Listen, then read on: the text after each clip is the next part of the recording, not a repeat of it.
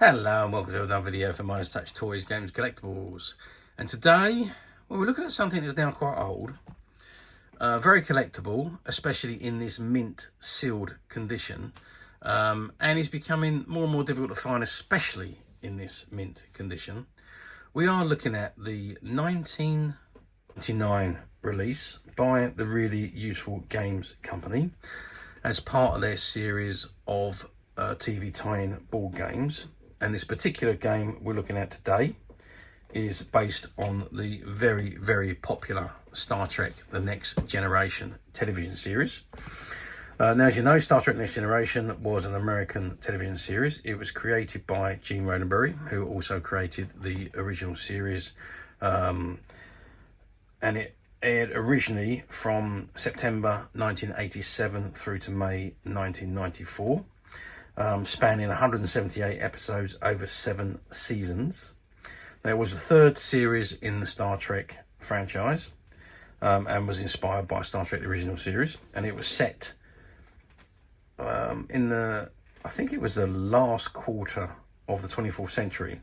Earth is obviously part of the United Federation of Planets, and it follows the adventures of the Starship Enterprise, USS Enterprise NCC-1701D, in its exploration of the Alpha Quadrant and the Beta Quadrants in the Milky Way galaxy.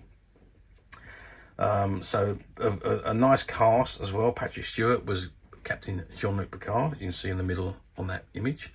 Jonathan Frakes as Commander Riker, just behind him on his right.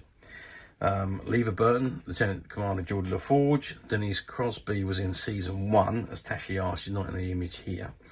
Michael Dorn, obviously best known as Mr. Worf. Gates McFadden, Dr. Beverly Crusher, just behind Captain Picard. Marina Sirtis on the left-hand side as Councillor Deanna Troi. And of course, Brent Spiner as Lieutenant Commander Data. So, 7 seasons, 178 episodes produced with a budget of £1.3 million per episode. Now, despite the season finishing, the final episode being aired in May 1994, the series then went straight to the big screen where they produced the movie Generations, which linked up with the original series. There was Captain Kirk, Commander Chekhov, and Mr. Scott from the original series also appearing in that movie. And obviously we know the story of the movie. The two captains, Picard and Kirk, get together in the Nexus to stop Soren from destroying worlds. Okay, let's not digress any further. Let's move forward to the item we're looking at today. And this item is the chess set, and it says Star Trek Next Generation chess set. And you see an image of the USS Enterprise at the top there, and you can see it's on a star field, and you've got a chessboard below. You've got the images of the characters that we've discussed there, and just behind them are the chess pieces for each of those characters. Okay, that's the front of the box. Let's turn the box around and see what we got printed on the back. Okay, so I've turned the box around and this is what we got on the back. So it says, we got the image of the Enterprise at the top there. It says Star Trek Next Generation chess set. And it says, impress the next generation with a game from outer space. An ideal collector's item for Star Trek fans, or a great way to interest a new generation in the classic game of chess. The Star Trek chess set has themed board and chess pieces depicting Star Trek The Next Generation ships and crew in beautifully moulded and painted plastic pieces on both black and gold bases. Hold a commanding position and engage your wits.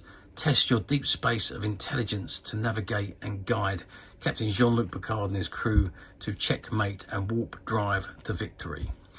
And there you can see you've got Captain Jean-Luc Picard figure, Dr. Beverly Crusher, who's the Queen. Picard is the king, obviously.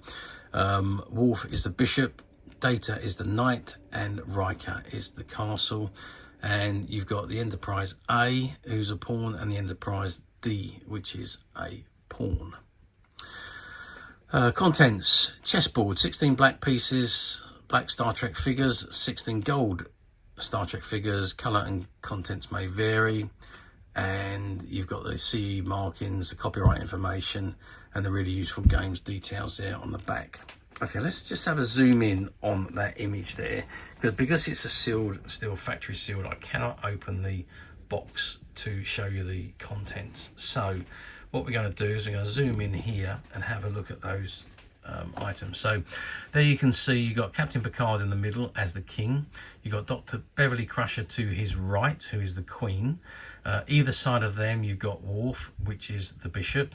To the left and right of Worf you have Data, who is the knight, and on the ends you've got Commander William Riker, who is the castle or the knight, and just in front of them you've got the Enterprise D as the pawns.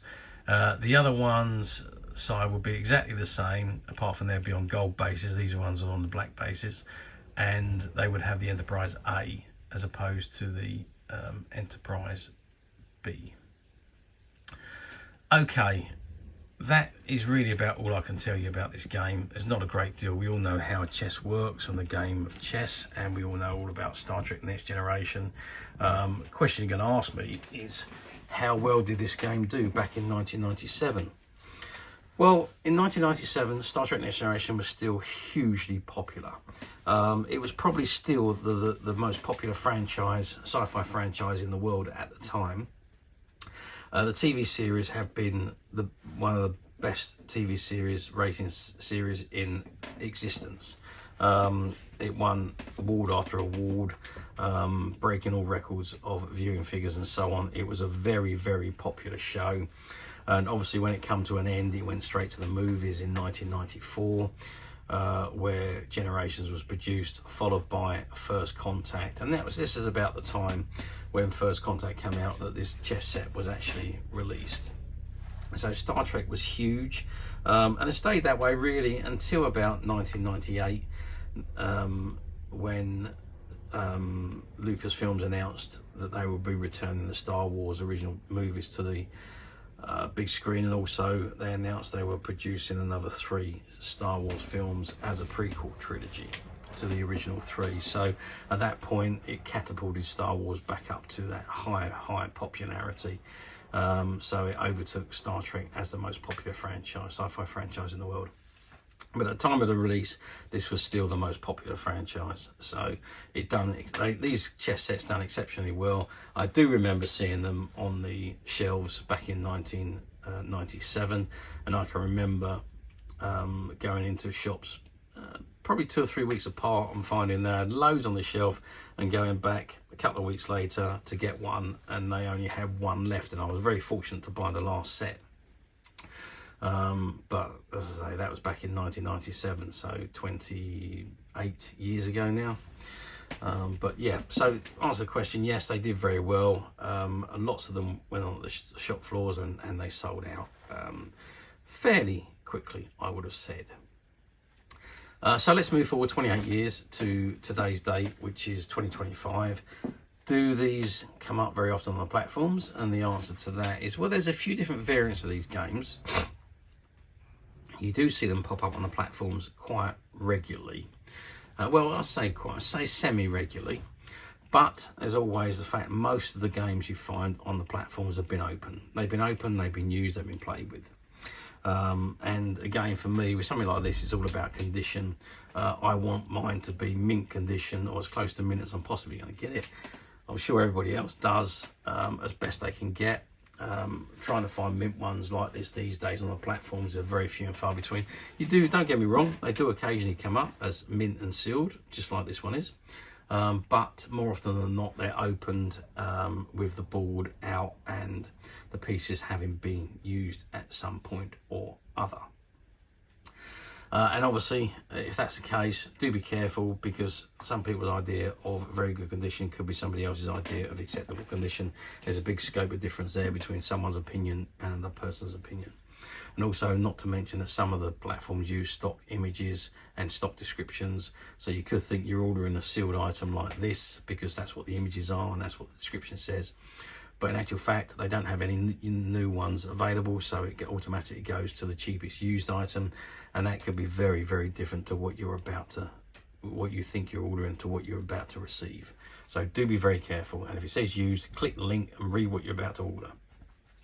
Or alternatively, you don't need to go for that rigmarole. You can come straight to us at Midas Touch Toys, Games, Collectibles, where what you see in front of you is exactly the item you would receive should you wish to order.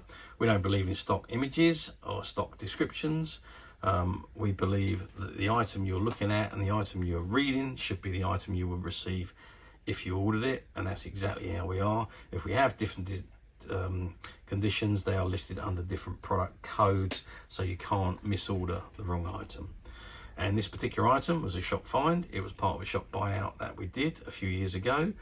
We bought out all the stock of a shop that was about to close down.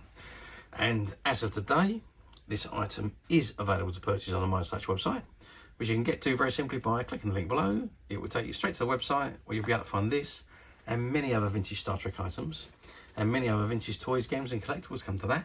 There's over 10,000 products currently available on the website for you to view and purchase at your leisure. And don't forget to hit the subscribe button, as we're uploading videos for every new item that goes into the website. There will be something for everybody, and I'm absolutely positive this is something that you're not going to want to miss. So that's it for me on this particular item. I do hope you've enjoyed reviewing this wonderful, wonderful Star Trek The Next Generation chess set with me. Thank you for watching, and we'll see you again next video. So bye for now.